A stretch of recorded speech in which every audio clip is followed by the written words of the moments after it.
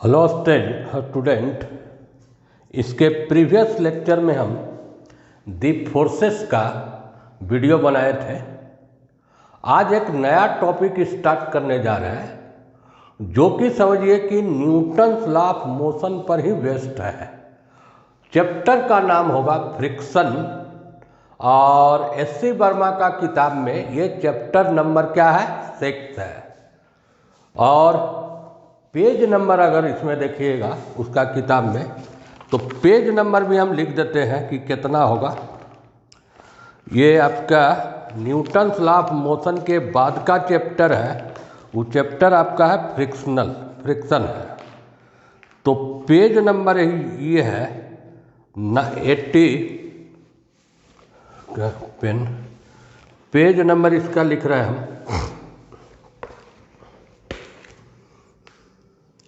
97 में इस किताब का एस.सी. वर्मा में फ्रिक्शन का एक्सरसाइज दिया हुआ है। तो शॉर्ट में देखिए, फ्रिक्शन का थ्योरी जैसा कि हम पहले बता चुके हैं, उसके बाद ही न्यूमेरिकल बना रहे हैं। फ्रिक्शन एक तरह से अपोजिंग फोर्स होता है जो दो बॉडी जो कांटेक्ट में है उसके रिलेटिव मोशन का क्या करता है, अपोज करता है। इस फोर्स को ही क्या कहते हैं, फ्रिक्शन कहते हैं। तो जरा सा हल्का है, दो इक्वेशन जिसमें हम काम करेंगे, ज़्यादा नहीं, थ्योरी में अलग से बताया हुआ है। फ्रिक्शन एक अपोजिंग फोर्स है। मान लीजिए इधर हम अप्लाइड फोर्स किया P, फ्रिक्शन इसके अपोजिट लगेगा अप्लाइड फोर्स के, या मोशन के अपोजिट लगेगा। फ्रिक्शन एक्चुअल में दो बॉडी जो कांटेक्ट में है, कांटेक्ट में जो सरफेस है उसी के बीच में काम करता है। फ्रिक्शन का 3 स्टेज होता है। स्टैटिक फ्रिक्शन,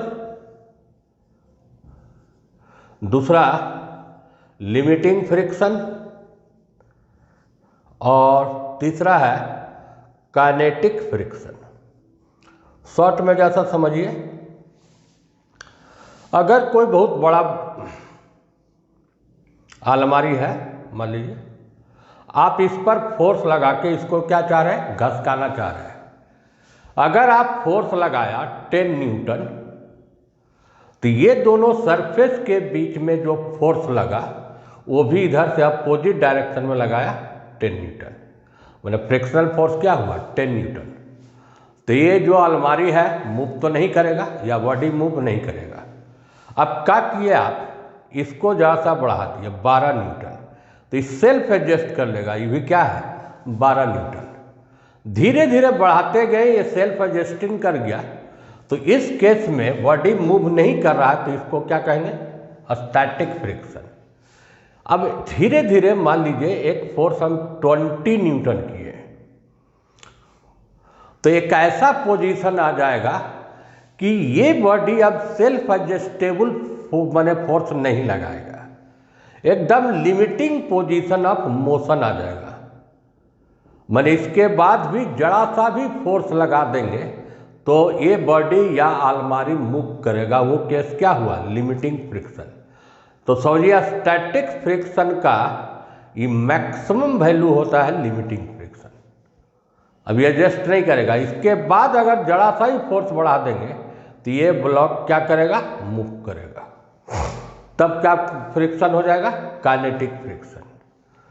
तो लिमिटिंग फ्रिक्शन का एक इक्वेशन है, वो आप समझ लीजिए क्योंकि अभी जरूरत पड़ेगा इसमें। अगर इसमें P ब्लॉक से इसको खींचा, फ्रिक्शन एक्चुअल में यहाँ रहेगा, इसके पैरेलल लिया F, और कौन फोर्स लगेगा, mg इधर लगा, और इसका नॉर्मल रिएक्शन किधर लगेगा, ऊपर लगेगा। तो फ्रिक्शन डायरेक्टली प्रोपोर्शनल टू क्या होता है, n। यहां पर एक कांस्टेंट देते हैं म्यू। म्यू को कहते हैं कोफिशिएंट ऑफ फ्रिक्शन, या स्टैटिक फ्रिक्शन बोलिए। लिमिटिंग का कोई वैल्यू नहीं होगा, ये स्टैटिक अगर है तो स्टैटिक फ्रिक्शन, मतलब लिमिटिंग पोजीशन पर भी यहाँ क्या यूज करेंगे, स्टैटिक। एक्चुअल में लिमिटिंग फ्रिक्शन में भी बॉडी मूव नहीं किया, स्टैटिक फ्रिक्शन का वो मैक्सिमम वैल्यू है, और mu S equal to F Y क्या होगा, एन, या आप एन को क्या लिख सकते हैं, एन किससे बैलेंस होता है, एम जी।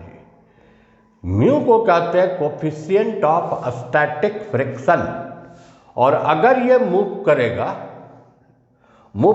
तो यहाँ पर आपका जो फ्रिक्शन का कोफिशिएंट होगा वो क्या होगा, काइनेटिक इंटू एन, या म्यू के इंटू एम जी। दो टाइप का कोफिशिएंट ऑफ फ्रिक्शन इसमें यूज करेंगे, एक कोफिशिएंट ऑफ स्टैटिक फ्रिक्शन और एक यूज करेंगे कोफिशिएंट ऑफ काइनेटिक फ्रिक्शन। तो इसमें इक्वेशन एक दो को इसका इन्वॉल्व जो था वो हम आगे बता दिए। अब आते हैं हम पहला क्वेश्चन से, फर्स्ट क्वेश्चन से। जो सारा डाटा सब दिया रहेगा उसको हम यहाँ लिख लेंगे, उसके बाद इसको बनाना शुरू करेंगे। कह रहा है a body sleeping on a rough horizontal plane with the acceleration, a का value 4.0 metre per second square.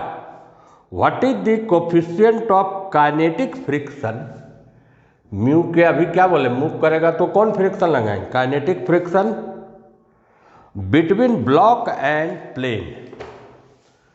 केवल ये दिया हुआ है, काइनेटिक फ्रिक्शन का कोफिशिएंट आपको निकालना है। देखिए इसका फिगर फिर बनाते हैं। इसमें अप्लाइड फोर्स P लगाने से अगर P फोर्स ज़्यादा होगा किससे, फ्रिक्शनल फोर्स से, तो ब्लॉक क्या करेगा, मूव करेगा। लेकिन सरफेस स्मूथ सरफेस नहीं है, रफ सरफेस है, तो रफ सरफेस है तो क्या करेगा, मोशन का ही क्या करेगा, अपोज करेगा। तो कैलकुलेशन तो लिमिटिंग पर करते हैं, तो F बराबर यहाँ पर और फोर्स क्या होगा, mg, नॉर्मल रिएक्शन एन ऊपर, F बराबर क्या होगा, म्यू इंटू एम जी। यहाँ पर एक्चुअल में कौन फ्रिक्शन है, काइनेटिक, और F इक्वल टू क्या होता है यहाँ पर, मास इंटू एक्सेलेरेशन, म्यू के एम जी, एम से कैंसिल हो गया, तो म्यू के इक्वल टू क्या आया, ए वाई जी। ए का वैल्यू 4, जी का वैल्यू 10, 0.4 मीटर पर सेकेंड, नहीं सॉरी, इसका कोफिशिएंट ऑफ फ्रिक्शन का वैल्यू क्या हुआ, 0.1। और इसका आप जानते ही हैं कि कोई यूनिट नहीं होगा, कोई भी कोफिशिएंट ऑफ फ्रिक्शन रहेगा उसका कोई यूनिट नहीं देंगे। फर्स्ट क्वेश्चन समझ में आ गया, सेकेंड में आइए।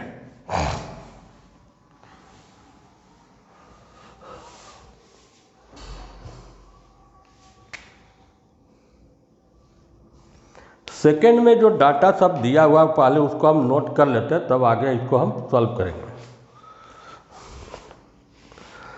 A block is projected along the rough horizontal road with a speed 10 meter per second. If coefficient of kinetic friction is 0.10, how far will it move before coming rest? तो इसमें आपका दो data दिया, u equal to 10 metre per second, उसके बाद coefficient of friction 0.10, और ये rest में आया फाइनल वेलोसिटी क्या है, 0। तो इतना डाटा से आपको निकालना क्या था, हाउ फार इट ट्रेवल करेगा रेस्ट में आने के पहले। जैसे ही मान लीजिए रोड है या हॉरिजॉन्टल सरफेस है, लेकिन यहाँ पर क्या कर रहा है, कैसा सरफेस है, फ्रिक्शनल सरफेस है, सरफेस में फ्रिक्शनल फोर्स लेना है। अब एक ब्लॉक को यहाँ से ऐसे प्रोजेक्ट कीजिएगा, तो जैसे ही इसको फेंकिएगा तो फ्रिक्शन, अगर यह ब्लॉक आगे मूव करेगा तो फ्रिक्शनल फोर्स किधर लगेगा, अपोजिट लगेगा। तो धीरे धीरे इसका क्या होगा, वेलोसिटी घटेगा, और इसमें क्या प्रोड्यूस हो जाएगा, रिटार्डेशन प्रोड्यूस होगा। रिटार्डेशन प्रोड्यूस होने के बाद यह ब्लॉक क्या में आ जाएगा, रेस्ट में आ जाएगा। तो क्वेश्चन है कि कितना दूरी चलने के बाद रेस्ट में आएगा। तो पहले आपको क्या निकालिए, डी एक्सेलरेशन या रिटार्डेशन। लिमिटिंग पोजीशन पर ही सॉल्व कीजिएगा कोई भी। इधर आपका मूव कर रहा है या फोर्स लगा के आप फ्रिक्शन किधर लिया, नीचे लिया। तो F बराबर क्या होता है, म्यू इंटू एन, एन मने एम जी और F मने M A. Mu into M cut गया, ए बराबर म्यू इंटू क्या होगा, जी। रिटार्डेशन का वैल्यू कितना आएगा, म्यू इंटू जी। तो ए बराबर म्यू 0.1 म्यू दिया हुआ, जी का वैल्यू 10 लिया, तो ये कितना आएगा 1 metre per second square. Retardation हम कैलकुलेट कर लिया। अब आपको कैलकुलेट करना है एस का वैल्यू। तो एस का वैल्यू कैलकुलेट करना है तो फॉर्मूला लगाइए, V square U square minus कर देते हैं 2s, क्योंकि ए का वैल्यू निगेटिव में है। आप प्लस भी फार्मूला में लिख सकते हो, लेकिन पुट करते समय ए का वैल्यू क्या में बैठाना होगा, माइनस में, या फार्मूला ही माइनस कर दिए हम। अब ए निकल गया है, भी मालूम है, यू दिया हुआ है, तो उससे क्या निकल जाएगा, एस का मान। भी का वैल्यू 0 है तो एस बराबर यू स्क्वायर बटा कितना होगा 2a। यू 10 है तो 10 इंटू 10 2 1 तो हो गया 100। आंसर क्या है 50 मीटर। तो रेस्ट में आने के पहले ये ब्लॉक जो होगा कितना मीटर मूव करेगा, 50 मीटर आगे मूव करेगा। अब अगला क्वेश्चन में पहुंचते हैं।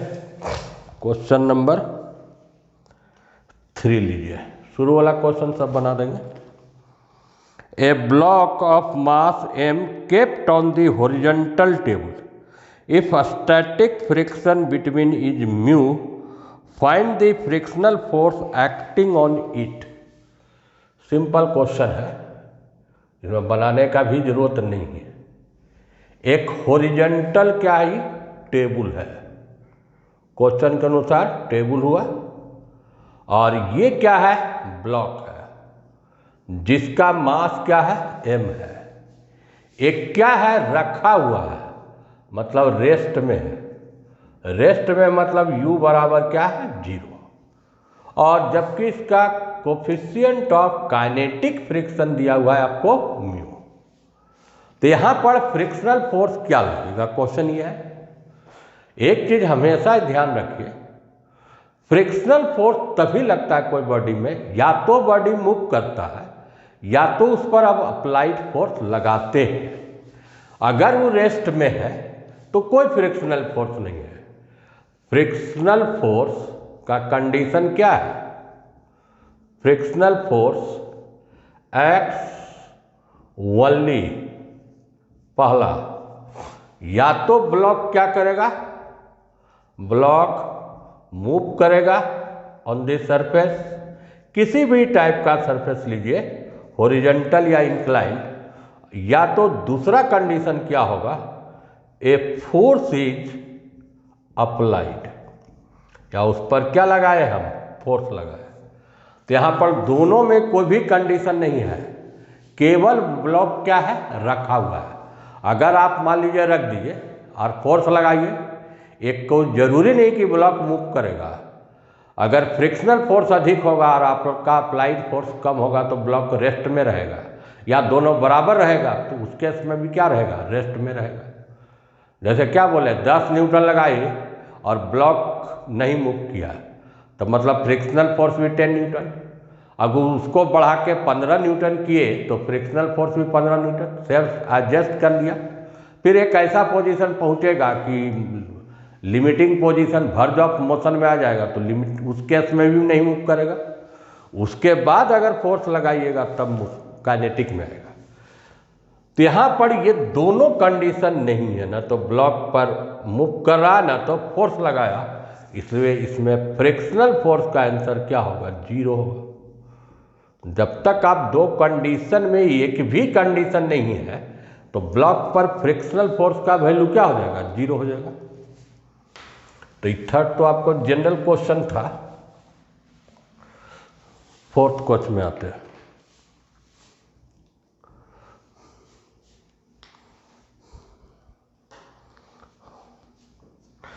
फोर्थ में कहता है a block slide down on the inclined surface of inclination 30 degree with horizontal starting from rest. It cover 8 metre in first 2 second. Find the coefficient of kinetic friction between two surface.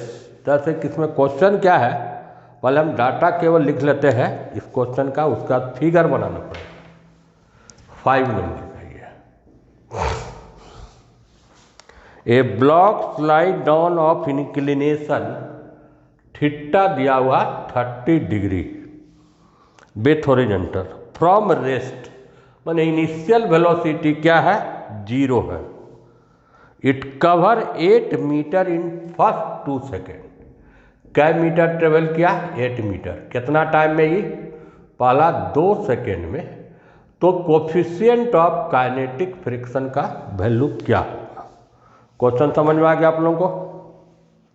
लेकिन surface कैसा लेना होगा, इसमें inclined surface लेना होगा। Figure देखिए इसका, ये इंक्लाइंड सरफेस है, थीटा है। यहां पर एक ब्लॉक है, मान लो मास क्या है, m। कोई अप्लाइड फोर्स नहीं लगाएंगे तो कोई भी इंक्लाइंड प्लेन पर ब्लॉक जो मूव करता है, जैसे आपको हम समझाते हैं, ये मान लीजिए हॉरिजॉन्टल सरफेस है, इस पर एक ब्लॉक रख दिए, अभी मोशन में नहीं है, लेकिन धीरे धीरे इसको उठाएंगे तो इंक्लाइन हो गया, तो क्या में आएंगे, मोशन में। क्योंकि यहाँ पर एक फोर्स काम करेगा, वो फोर्स का वैल्यू होगा mg साइन थीटा। ये देखिए कैसे करता है, यहाँ पर इसका वेट किधर लगेगा, mg नीचे।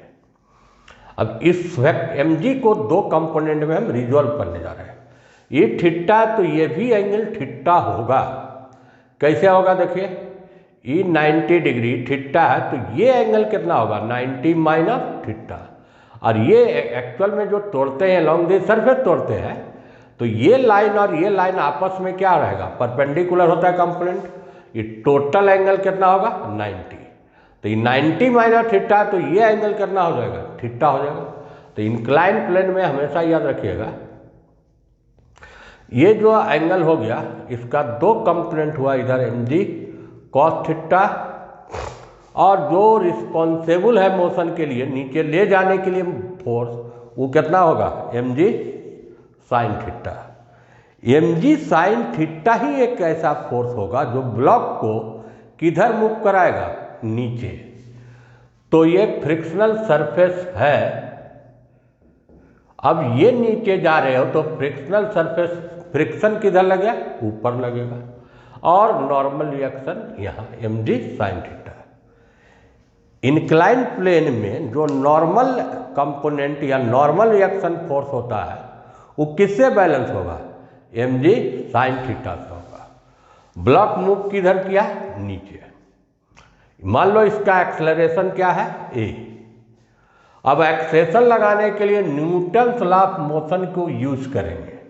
क्या यूज करेंगे कि net force in the direction of motion, motion के डायरेक्शन में नेट फोर्स कितना लगा, mg साइन थीटा, उल्टा फोर्स क्या है, f। और f इक्वल टू क्या होगा, f का वैल्यू क्या लिखेगा, म्यू इंटू n, और n किससे बैलेंस हो रहा है, mg साइन थीटा। और नेट फोर्स बराबर क्या होगा, मास इंटू एक्सेलरेशन। में यहाँ हो गया mg sine theta minus mu, n कितना है, mg कॉस थीटा। इसमें कॉमन क्या ले लिया, mg sine theta minus mu cos theta. m से m कैंसिल, a बराबर g sign theta minus mu cos theta. यही फॉर्मूला हुआ, यही इक्वेशन हुआ आपको, यही इक्वेशन हुआ किसका, एक्सेलरेशन का। यहाँ पर आप म्यू लिखिए या म्यू के कर दीजिए, और जब म्यू के ही या म्यू से जो भी डिनोट किए काइनेटिक कोफिशिएंट ऑफ क्या होगा, काइनेटिक फ्रिक्शन। अब ए निकाल लिया गया। अब फार्मूला क्या लगाइए आप, एस बराबर U T plus half A T square लगा के म्यू के का वैल्यू निकल जाएगा, जी जान लिया, थीटा दिया हुआ, एस बराबर U T plus half A T square, you zero है तो केवल क्या लिखेगा, हाफ ए टी स्क्वायर। अब यहाँ से चलिए ये निकाल लेते हैं और एक ए ये है, दोनों ए को इक्वेट करके म्यू को निकाल लेंगे। अब एस आपका कितना दिया हुआ था, 8, हाफ ए नहीं मालूम है, टाइम है 2, 2 का स्क्वायर 4, यहाँ से 2 बार कट गया, वो कट गया 4 बार, ए बराबर 4 मीटर पर सेकेंड स्क्वायर। इसका एक्सलेशन जो जा रहा होगा उसका एक्सलेशन का वैल्यू निकल गया 4 मीटर पर सेकेंड स्क्वायर।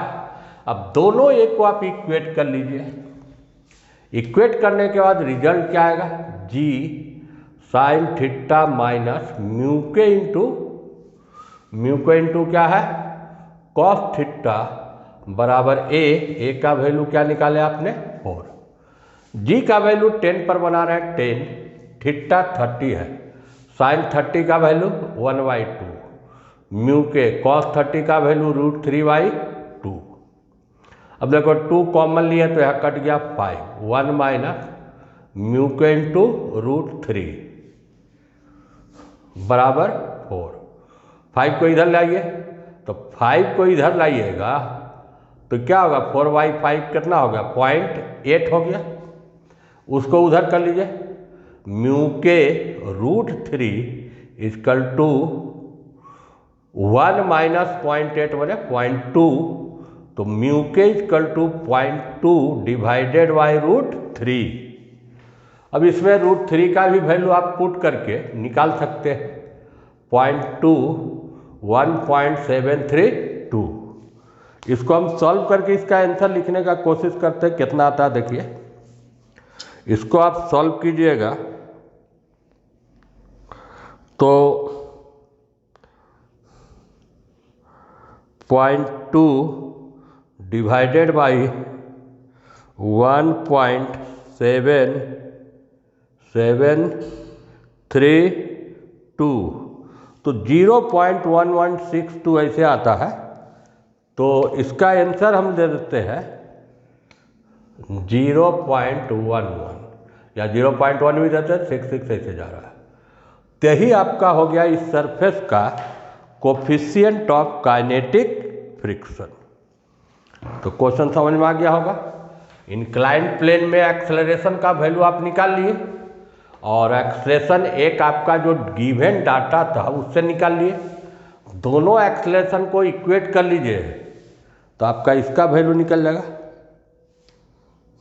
अच्छा, ये हुआ था आपका क्वेश्चन नंबर, बनाया भी हम 4 था।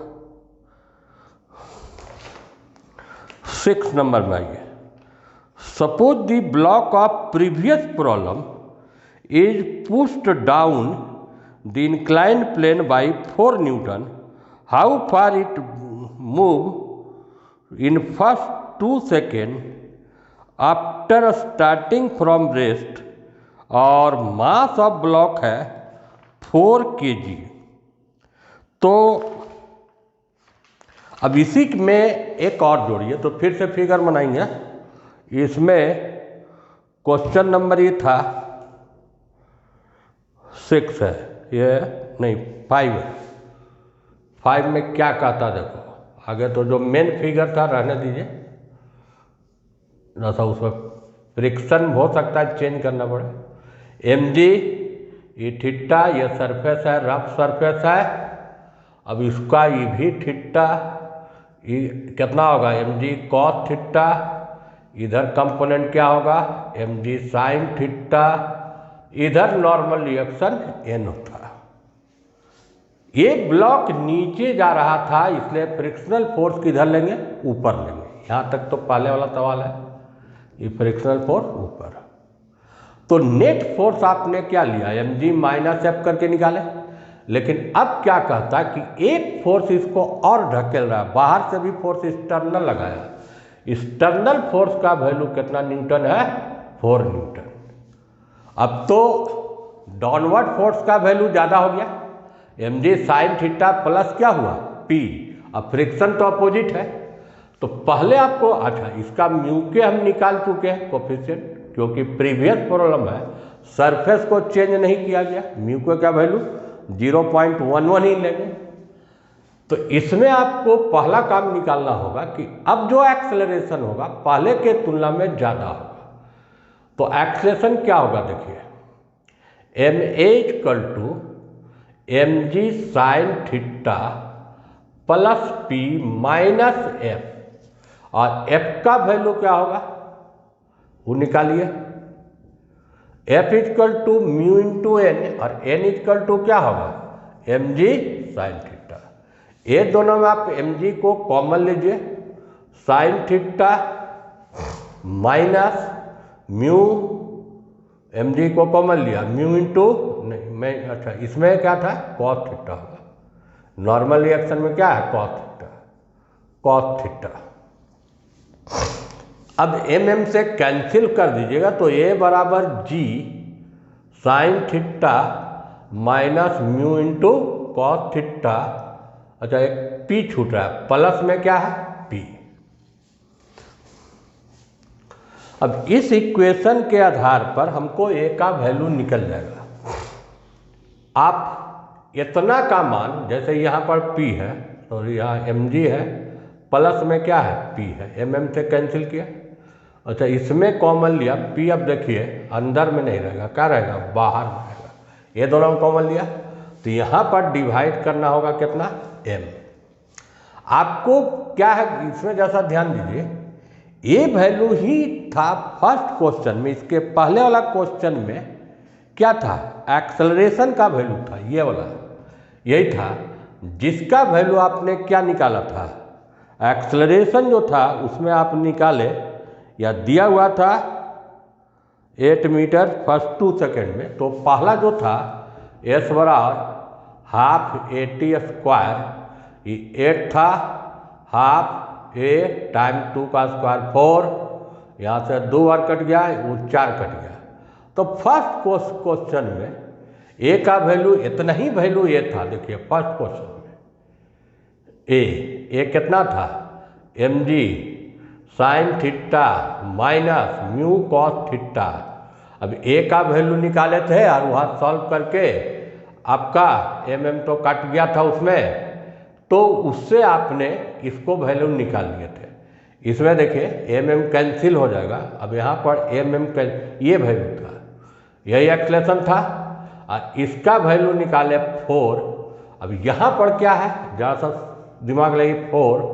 अब मास कितना था उसका? बॉडी का मास इसमें डाटा दिया हुआ है नहीं, क्योंकि मास का अब जरूरत पड़ेगा, पहला वाला क्वेश्चन में नहीं पड़ा, क्योंकि mm कट गया था।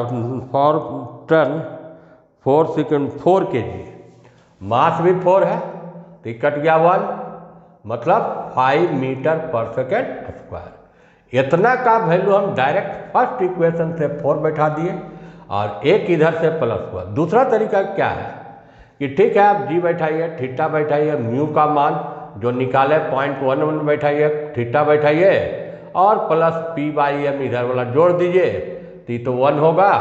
तो सॉल्व करने के बाद उसमें भी कितना आंसर आएगा? 5 मीटर पर सेकेंड स्क्वायर ही आएगा। जब ये कैलकुलेट कर लिए कि एक्सेलरेशन इसका 5 है, तो अब डिस्टेंस ये लॉज ऑफ मोशन का फॉर्मूला से निकाल लीजिए। डिस्टेंस का फॉर्मूला क्या होगा? ut plus half AT square. तो ये तो 0 है, यहाँ पर हाफ ये 5 और 2 का स्क्वायर 4। अब डिस्टेंस कितना मीटर गया? 10 मीटर।